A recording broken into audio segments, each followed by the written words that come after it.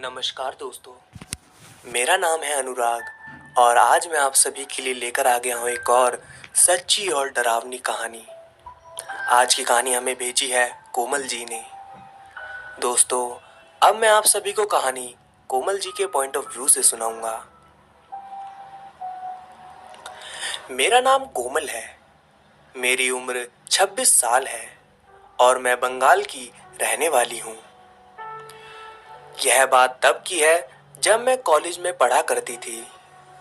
दोस्तों, मैं आप सभी को बता दूं, इस घटना ने मेरे 2 साल बर्बाद कर दिए थे और इतनी ज़्यादा दर्दनाक घटना घटी मेरे साथ कि मुझे बताने में भी बहुत ज़्यादा डर लग रहा है। मेरे कॉलेज का लास्ट ईयर था, मई का महीना था। एक दिन कॉलेज में मेरे बॉयफ्रेंड ने मुझसे इंटरवल में कहा, कोमल, मेरा प्यार करने का दिल कर रहा है। बहुत दिन हो गए सही से मैंने प्यार नहीं किया तुमको। मेरे बॉयफ्रेंड का नाम अमन है। अमन मेरे से बहुत प्यारी प्यारी बात कर रहा था। मैं उसके सामने ही बैठी हुई थी और वो मेरे सामने बैठा हुआ था। आज हम अलग ही मूड में लग रहा था। मेरा मन भी कर रहा था कि हम दोनों साथ में टाइम स्पेंड करें, क्योंकि बाद में शायद हमें एक दूसरे के साथ टाइम बिताने का मौका भी ना मिले, क्योंकि जून में हमारे 6 सेम के एग्ज़ाम स्टार्ट होने वाले थे।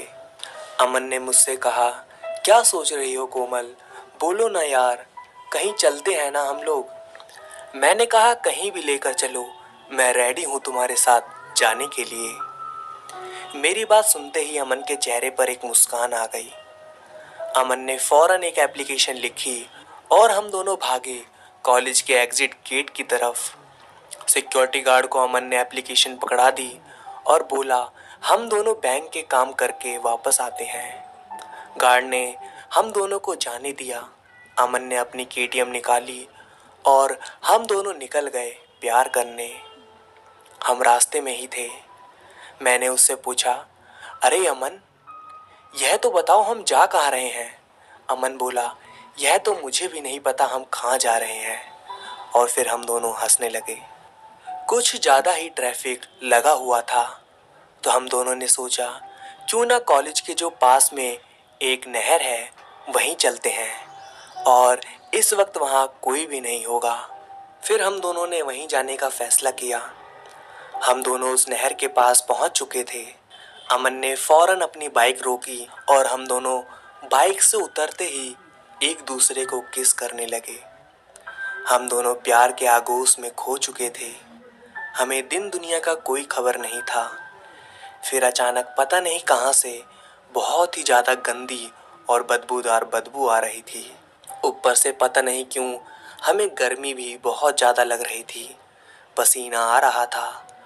तो अमन ने बोला, चलो ना कोमल, हम दोनों उस नहर में छलांग लगाते हैं और फिर साथ में उस नहर में नहाते नहाते प्यार करेंगे। मैंने बोला, नहीं अमन, मेरे पास यही एक ड्रेस है और अपने साथ मैं और कोई ड्रेस नहीं लेकर आई हूँ।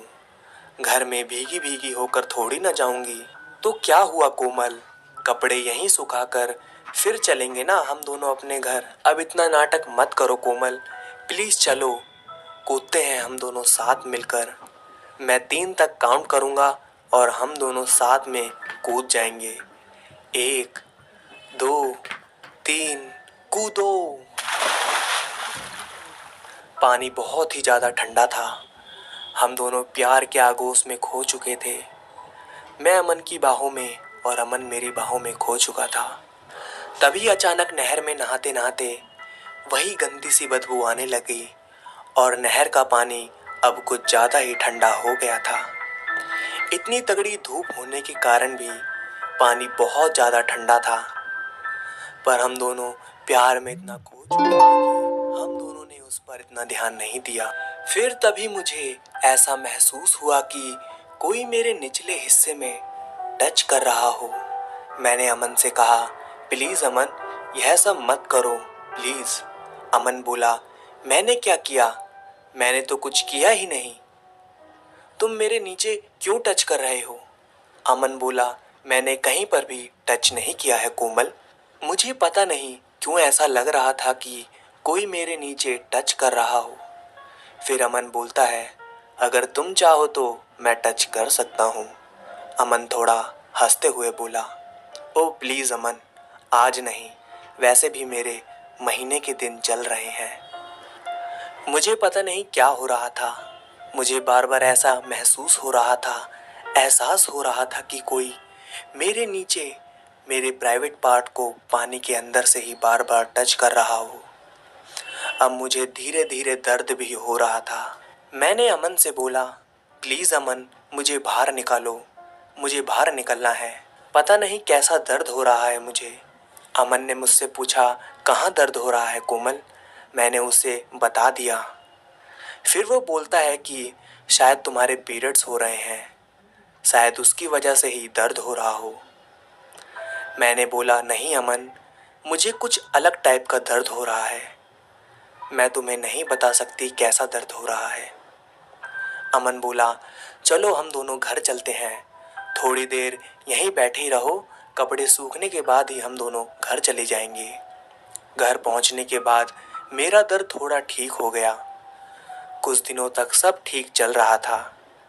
फिर अचानक एक रात को मुझे बहुत ही ज़्यादा गंदे गंदे सपने आ रहे थे।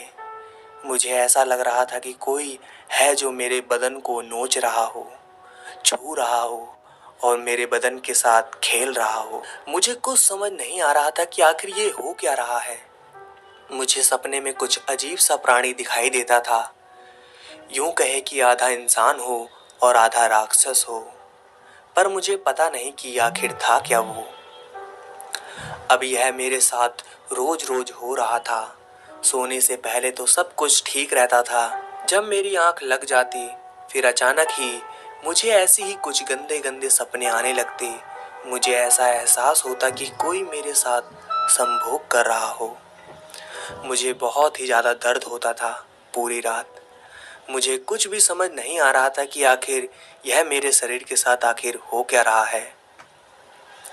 जैसा जैसा मैं सपने में देखती, सपने में वह मुझे जहाँ जहाँ नोचता, जहाँ जहाँ टच करता, वह राक्षस सुबह उठकर देखती तो उसी उसी जगह पर नोचे जाने का निशान बना होता था।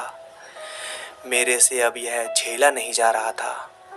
मुझे ऐसा एहसास हो रहा था कि मेरी कभी भी मृत्यु हो सकती है।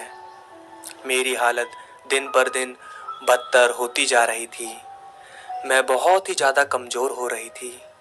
खाने पीने में भी मेरा मन नहीं लग रहा था। एक दिन मेरी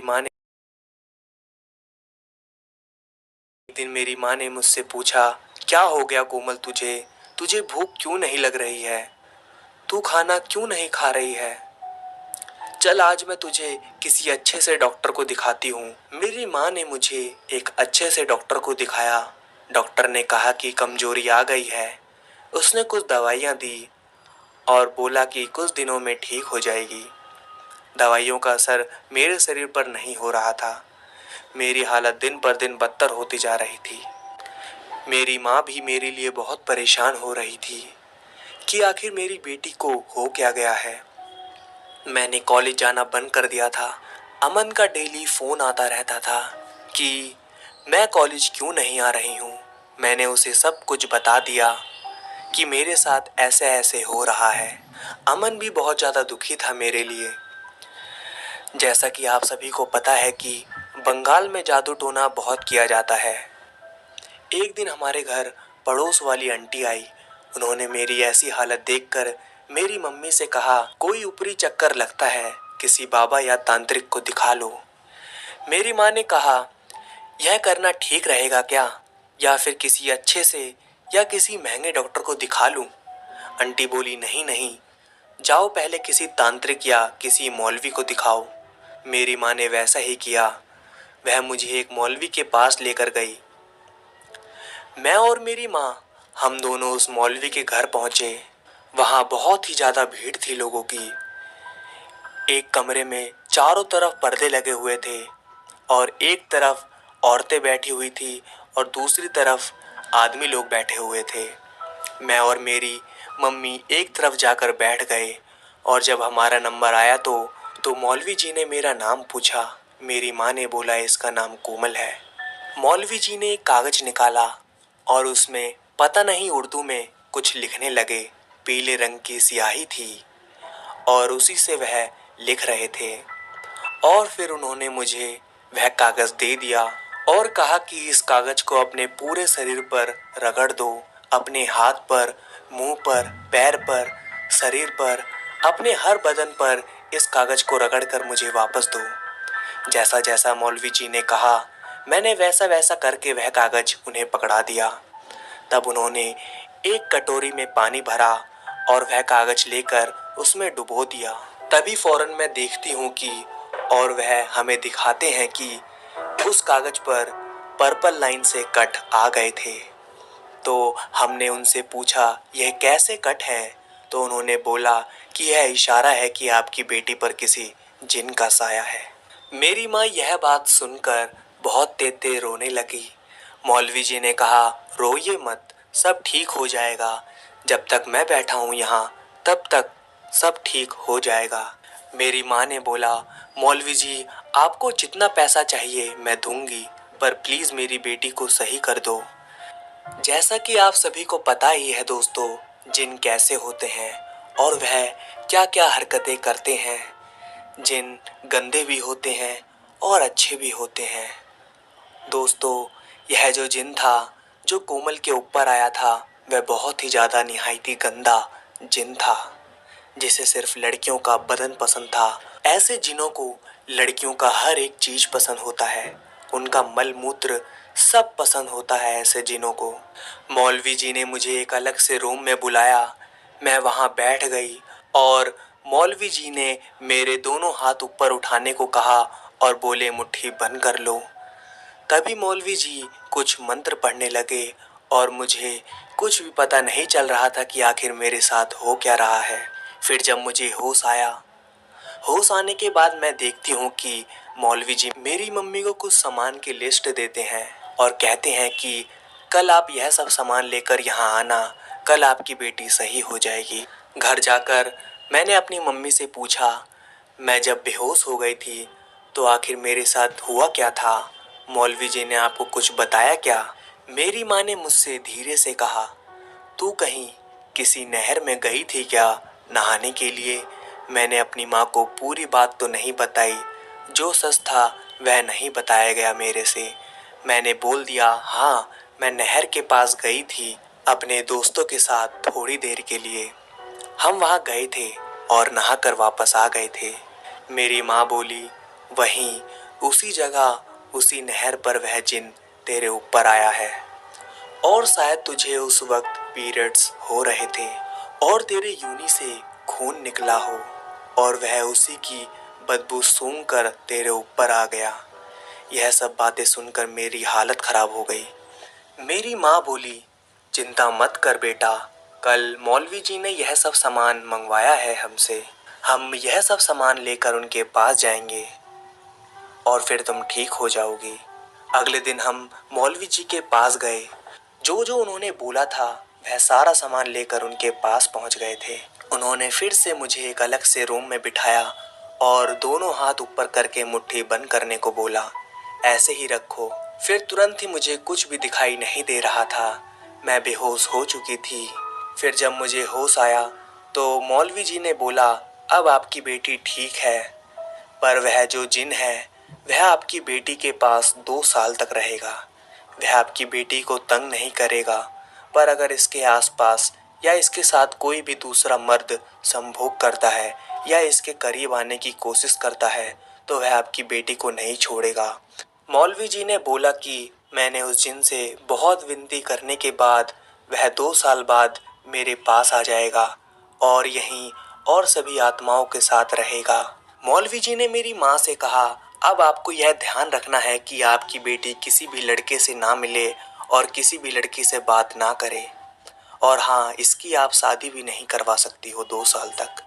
हमने मौलवी जी की बात मानी और हम घर लौट आए। 2 साल तक सब कुछ ठीक रहा, जैसे जैसे मौलवी जी ने बोला था हमने वैसा वैसा ही किया। मैं किसी भी लड़के से नहीं मिली और हाँ मैं अमन से भी नहीं मिली कभी भी। अमन का रोज फोन आया करता था, रोज मैसेज करता था, पर उसे भी कुछ नहीं पता चला। फिर आखिर 2 साल बाद मैंने उसे सब कुछ बता दिया और अब मैं 26 साल की हूँ और अब मैं ठीक हूँ। मेरी अगले महीने ही शादी है। तो दोस्तों, यह थी कोमल जी की कहानी। अगर आपको कहानी अच्छी लगी हो तो प्लीज़ दोस्तों इस वीडियो को लाइक करिए और चैनल को मेरे सब्सक्राइब कर लीजिए, क्योंकि ऐसी ही स्टोरीज मैं आप सभी के लिए लेकर आता रहता हूँ। अगर आपको भी अपनी कहानी मुझे भेजनी है तो आप दिन मेरी